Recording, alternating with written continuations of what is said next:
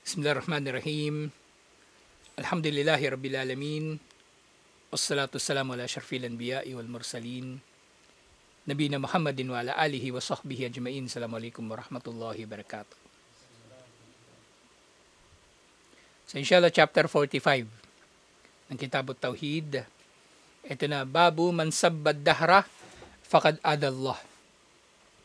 Kabanata na ang sino man na yung sab kasi yung minumura, pagmura. Minura niya. Sino man nang murahin niya ang panahon ay pininsala niya rin si Allah. So dapat maintindihan natin ito sa konteksto. Ang tinutukoy dito dahar. Dahar, yung panahon mismo. Hindi yung klima. Kasi pwedeng masasabi nung tao masama ang panahon. Maaring hindi yun kasama dito kasi yung panahon na tinutukoy sa atin, yung panahon kasi na yun, yung klima. Maulan, maaraw. Yung weather, kumbaga. Pero kung ang minumura mo, yung mismong panahon talaga, yung oras, yung araw, yung linggo, yung buwan, yung taon, o sasabihin mo, buwisit na araw ito. Matumal. Ako sa ulan, yung ulan, sasabihin mong visit yung ulan, hindi siya kasama dito. Pero hindi maganda. Hindi pa rin maganda na. Kasi bakit mo mumurahin yung ulan, samantala meron din naman pakinabang yung ulan, di ba? Pero dito, nililinaw lang natin yung konteksto dito. Yung dahar talaga yung panahon. Yung paglipas ng panahon. Kung saan nagkakaroon ng noon, ngayon at bukas, yun yung tinutukoy. So, yung halimbawa sasabihin ng tao, buwisit na araw to, matumal. O buwisit na araw to, maulan. Yung araw yung minura niya talaga. So, yun ang natutukoy dito. Pero kung yung sasabihin mo, buwisit na panahon, pwede nga mapapalob na yun mismo sa dahar eh. Pero kung ang ulan lang yung hindi siya kasama dito, pero hindi rin maganda kasi alam naman natin, maaaring may dalang pinsala sa iyong ulan. Pero, may dala itong pakinabang naman sa iba. Naalala ko minsan yung kwento eh. Tagtuyot sa Saudi. Tagtuyot. Tapos, nagdua yung yung imam, sinama niya sa dua yung yung pag-ulan ng malakas. Sabi niya, pabahain mo yung mga yung mga kapatagan para madiligan yung mga halaman. Yun yung dua niya. Kaya pag magdudua, sabihin mo, amin. Yung nagkwento nito, yung tito ni Saad eh. Yung tito ni Saad. Kasi kasama ko sa trabaho. Yung tatay ni Saad, meron yung pinsan, kasama ko sa trabaho sa Islamic Center sa Saudi. Palabiro din yun eh. May kwento niya. Arabic yung pagkakakwento niya. Sabi niya, habang nagdudua daw yung imam, di ba dapat mag-aamin ka pag nagdudua yung imam? Sabi ko, oo. Sabi nung badu, habang nagdudua yung imam, la, wag. Kasi pala yung badu, kaya niya sabi yun, yung bahay niya nandun sa gitna nga nung kapatagan, baka rin yung tent niya. So, iba-iba yung epekto eh. Iba-iba. Ngayon, kung napipinsala ka man ng ulan, wag mong murahin yung ulan. Magdua ka, di ba? Magdua ka kay Allah na wag kang mapinsala ng ulan, di ba? Yung dua, Allahumma hawalayna wala alayna. O Allah, yung ulan, papatakin mo sa paligid namin, wag sa ibabaw namin. Ganoon. May iba-iba siyang may iba-ibang epekto. Kaya nga doon sa yung hadith sa istisqa, di ba nag-istisqa si Propeta Muhammad sallallahu alaihi wasallam. Umulan nga agad, tas umulan ng ilang araw sunod-sunod. Ngayon yung mga tao, pupunta na naman kay Propeta Muhammad sallallahu alaihi wasallam, pwede bang magdua ka para tumigil naman yung ulan? So kasi nga merong pakinabang at merong pinsala. Huwag mong mamurahin yung ulan. Huwag mong sasabihin na masama yung panahon. Hindi siya kasama dito, dilinaw lang natin. Pero, kumbaga lahat ng panahon may pakinabang eh. Maulan man yan, maaraw, merong pakinabang. Inshallah. Mainam, hilingin natin yung pakinabang ng ulan na yun. O hilingin natin yung kumbaga, magpakupkup tayo kay Allah. Laban sa masamang idudulot man ng panahon na yon. Kumbaga. Pero yung tinutukoy talaga dito yung yung panahon, yung oras, minuto, segundo, yung isang buong araw, isang buong linggo, isang buong buwan, isang buong taon. Yun. So, merong hadith, hindi pala hadith, aya pala ito. Wa qalu ma hiya illa hayatun ad-dunya namutu wa nahya wa ma yahlikuna illa ad-dahru. Sinasabi ng mga kuffar, ng mga Arabo, walang anumang buhay, liban na lang sa buhay dito sa mundo. Pag expression nila ito na sa pamagitan nito, itinatanggi nila yung akhirah, yung kabilang buhay. Mabubuhay tayo at mamamatay. At walang wawasak sa atin, liban na lamang, o walang wawasak sa amin, liban na lamang sa panahon. Sa mga Arabo, na pagano noon, hindi sila naniniwala na may kabilang buhay. Kaya yung tawag na lang nila, kumaga, yung pinapahalagahan na lang nila talaga yung panahon. Sa Surat Al-Mu'minun ito, verse 37. So yung aya na ito, sabi, Yukbirullahu ta'ala an dahriyatil kuffar wa man wafaqahum min musyriki al-Arab fi inkarihim al-mu'ad. Fi inkarihim al-ma'ad annahum yaquluna ma hayatun illa hayatun ad-dunya allati nahnu fiha wala hayata sawaha. So si Allah ay nagpapabatid tungkol sa mga kuffar at sino mang mga katulad nila na mga kumbaga nagtatambal kay Allah na mga Arabo na sumasang-ayon sa kanila. Na sinasabi nila walang anumang buhay liban na lang sa buhay natin dito sa mundo. Di ba may kasabihan yung kuffar, yung YOLO, you only live once. E ngayon yung mga Muslim, nakikiganon na rin, YOLO. So, post mo, may nag-post di ba, na nagbabakasyon siya, selfie siya, nagbabakasyon siya, tapos sa likod niya, yung resort. Tapos meron siya hashtag YOLO. Kung tutusin na halos kupur na yun eh. Di ba? Nasa bingit ka na ng Nawakidul Islam. Sinabi mo YOLO, you only live once. Ano ibig sabihin nun? Tinanggi mo yung kabilang buhay. Biruin mo na ilalagay mo yung sarili mo sa bingit ng panganib dahil sa katangahan mo o kakulangan mo ng kaalaman.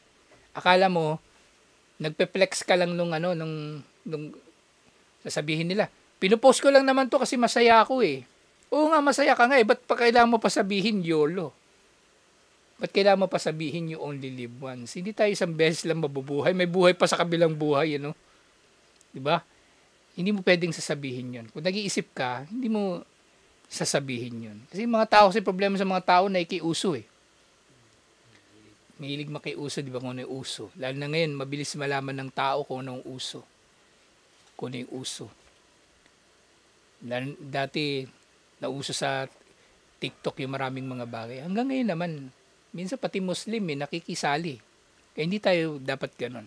Lalo na yung ganong mga bagay. O lalagay niya YOLO, di ba? O di ba siya tanga? Walang ganon sa Islam. May buhay sa kabilang buhay. Sa sinasabi nila, wala nang ibang buhay liban na lang sa buhay dito sa mundo at wala nang buhay pagkatapos nito. Sinasabi nila, namutu wa nahya ay yamutu qaumun wa yaishu akharuna. Sinasabi nila, mabubuhay tayo at mamamatay. Ibig sabihin nila, na kapag mamatay sila, mabubuhay ang iba pang mga nasyon. Ibig sabihin, merong sunod-sunod na mga tao na mabubuhay. Wama thamma mi'ad wala qiyamah wama yafniha illa mururul layali wal ayyam wa tulal umr. Inkaran minhum an yakuna lahum rabbun yufnihum wa yuhlikuhum. So ito yung sinasabi nila, mabubuhay tayo at mamamatay, walang kabilang buhay. Ang buhay lamang dito sa mundo ang meron bilang pagtanggi sa pagkabuhay muli at sa pagbabalik kay Allah. At bilang paniniwala nila na walang wawasak sa kanila liban na lamang sa paglipas ng mga araw at gabi at sa haba ng buhay. Na dito nga tinatanggi nila sa pamagitan ng pagtanggi sa kabilang buhay. Bakit mapanganib yung pagtanggi sa kabilang buhay? Kasi ibig sabihin din nito, itinatanggi mo na mayroong Panginoon na wawasak sa kanila at kumbaga magdudulot na sila ay mabulok sa kanilang mga pagkamatay. So, yung kinalaman ng aya na ito sa chapter,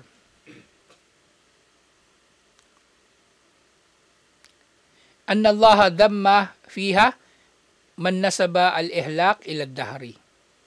So si Allah, kumbaga pinipintasan niya, pinagagalitan niya yung mga tao na iniugnay nila ang pagkawasak ng mga tao, pagkabulok nila, pagkamatay sa paglipas lamang ng panahon. Na hindi na nila binabanggit ang Panginoon na may Panginoon na namamahala sa kanilang mga buhay. Na kumbaga masama na ano din, na kumbaga gawain. Shirk nga eh. Shirk. Ngayon, itong mga Arabo na ito, kumbaga masyado nilang pinahalagahan ng panahon. Inalis na nila si Allah eh. Para sa kanila walang Allah. Meron lang panahon. O ngayon, ito naman yung mga nagkakamali naman na maaring naniniwala silang merong Allah, pero sinusumpa naman nila yung panahon. Kanina masyado nilang pinahalagahan yung panahon. Ngayon naman sinusumpa nila, minumura nila yung panahon. Siniulat ni Abu Hurairah, iniulat ito ni na Imam al-Bukhari at Imam Muslim. Sabi ni Allah, hadith qudsi pala ito, Yu'dini ibnu Adam, yasubbu dahra wa anad dahru. Aklabul layla wan nahar. Pinipinsala daw siya ng anak ni Adan, ng tao, sa pamagitan ng pagmura ng tao sa panahon. Samantalang ako, sabi ni Allah, ako mismo ang panahon. Binabaligtad ko o pinagpapalit-palit ko, pinagsasalit-salitan ko ang araw at gabi. At hindi sa isa pang ulat, la tasubbu dahra. Huwag ninyong mumurahin ang panahon. Hindi na ito hadith qudsi. Sabi ni Propeta Muhammad sallallahu alaihi wasallam, huwag ninyong mumurahin ang panahon. Fa inna Allaha huwa ad-dahru. Dahil tunay na si Allah, siya mismo ang panahon. Dahil nga ang hadith na ito, ma'nahu, annal araba fi jahiliyatiha, ida asabahum shiddatun aw balaun aw nakbatun, ja'alu yasubbuna ad-dahra. Ang mga Arabo daw ng panahon ng jahiliya, so bukod doon sa masyado nilang pagpapahalaga sa panahon, na sinasabi nila ito lang talaga ang magwawasak sa tao, minumura rin naman nila ang panahon kapag dumarating sa kanila yung mga panahon na mahirap o mayroong pagsubok. Minumura nila ang panahon. Wa yaquluna ya khaybatad dahru. Minumura nila, parang ano nga, ya khaybatad dahru. Malas naman nung panahon na ito. Buwisit tong panahon, bisit tong araw nito, bisit tong buwan na ito. Kahit sa kuffar, di ba, kung ito sasabihin mo, parang hindi nga maganda, di ba? Minumura mo yung panahon. Na para bang wala nang magandang panahon. Na, halimbawa, bisit ang panahon na ito, bisit ang araw nito matumal, na para bang walang araw na na tiba-tiba ka sa kikitain mo. So parang sila, di ba? Sinumpa nila masyado ang panahon. Fayasniduna ilayhi tilkal af'al wa innama fa'iluha huwa Allah ta'ala fakana marji'u sabbaha ilayhi li'annahu huwal mutasarrifu fiha. So minumura nila ang panahon, na yung kahulugan kasi nito, magiging kahulugan ng pagmura ng tao sa panahon, na para bang iniugnay nila ang mga nangyayari sa buhay nila sa panahon lang. Nakatulad kanina, di ba? Parang ginawa na nilang Panginoon yung panahon na ito daw yung nagdudulot ng tao ay mamamatay. Ngayon naman, ginagawa rin nilang Panginoon uli ang panahon ng nagdudulot ng mga sakuna o ng mga paghihirap o ng matumal na kita sa negosyo, yung katulad ng sample natin ngayon. Kumbaga, parang inugnay nila ang paniniwala na ang nagdudulot sa kanila ng ginhawa o pinsala yung panahon, hindi si Allah. Kaya nga, hindi to totoo yung paniniwala nila na ito. Kaya lalong-lalo na kung Muslim ka at naiintindihan mo na si Allah ang may control sa lahat ng bagay, nagkakabali ka nga kung mumurahin mo ang panahon. Dahil ang nagdudulot talaga na mangyari ang iba't ibang mga bagay, pakinabang o sakuna, si Allah pa rin. Kaya mula rito, ang anumang pagmura sa panahon ay pagmura din kay Allah. Yung nga sinabi niya, ukalibul layla wan nahar, pinagpapalit-palit ko ang gabi at araw. Wataklibuhu tasarrufuhu ta'ala fihi bima yuhibbuhun nasu wa yukrihunahu. At ang pagdudulot ni Allah na magpalitan ng araw at gabi ay ang pagdedesisyon ni Allah sa mga mangyayari sa araw at gabi. Napapaloob ito dito. At dudulutin ni Allah na mangyari ang mga bagay na nagugustuhan ng tao o kahit mga bagay na hindi nagugustuhan ng tao. Si Allah ang masusunod. Kaya kapag minura ng tao ang panahon, buwisit na araw to matumal, buwisit na taon na ito, ang daming trahedya, buwisit na buwan na ito, ang daming bagyo, o di minumura niya rin si Allah. Yung nga, yung sinabi ni Allah, فَإِنَّ اللَّهَ هُوَ الدَّهْرُ, tunay na si Allah, siya ang panahon. Sinabi ni Propeta Muhammad sallallahu alaihi wasallam, فُسِّرَ هَذِهِ الْكَلِمَةِ بِالْكَلِمَةِ الْأُخْرَى. So, ang kahulugan doon nito yung nababanggit sa iba pang mga hadith. Yung sinabi, وَأَنَا الدَّهْرُ أُقَلِّبُ اللَّيْلَ وَالنَّهَارَ. Na ako ang panahon, sabi ni Allah, ako ang mismong panahon, ako ang nagpapalit-palit, ako ang nagdudulot na magsalitan, ako ang nagdudulot sa kung anumang mangyayari sa araw at gabi. Yani annama yajri fihi min khairin wa syarrin bi iradatillahi ta'ala. Ibig sabihin din ng mga ito na pinagpapalit-palit ni Allah ang araw at gabi, na si Allah ang nagdudulot ng kung anumang mangyayari sa mga ito, mabuti man o masasama. Lahat ng ito ay nasa kagustuhan ni Allah. Wa tadbiruhu, gayon din sa pagsasaayos sa mga mangyayari dito, wa ilmuhu, at sa kaalaman tungkol dito, wa hikmatuhu, at sa mga wisdom sa mga nangyayari dito. La syarika lahu fi dhalik, walang katambal si Allah sa mga bagay na ito. Sa anumang mangyayari, sa anumang panahon. Kaya sa pagmura sa panahon, minumura nga rin natin si Allah. Ibig sabihin, wala siyang ano talaga dito eh. Wala siyang katumbas dito. Walang sinumang tao ang makakapagdulot na mangyari ang anumang mangyayari sa isang panahon. Wala. Liban na lang sa pahintulutan muna ni Allah. Fasabbud dahri muharramun.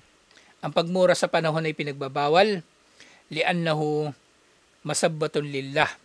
Dahil ito ay pagmura din kay Allah. Wa adiyatun lahu. At ito ay pagpinsala kay Allah. Yung sinabi ni Allah, yu'dini ibnu Adam yasubbu dahra wa anad dahru.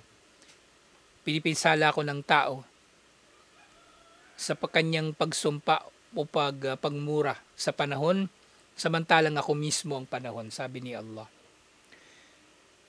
Pasabud dahri bayna amrain. So nagmumura daw sa panahon ay maaring mahulog sa dalawang kalagayan.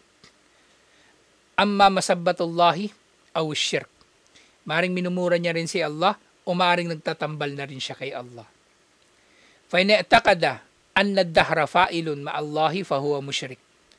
Ang sinumang minura niya yung panahon dahil inaakala niya na yung panahon ang nagdudulot na mangyari ang mga bagay-bagay, ito ay syirk. Ito ay syirk. Kasi ginawa mong katambal ni Allah yung panahon. Na iniisip mo na maulan o kumbaga, inisip mo matumal ang benta mo ngayon. Kasi yung panahon, umulan.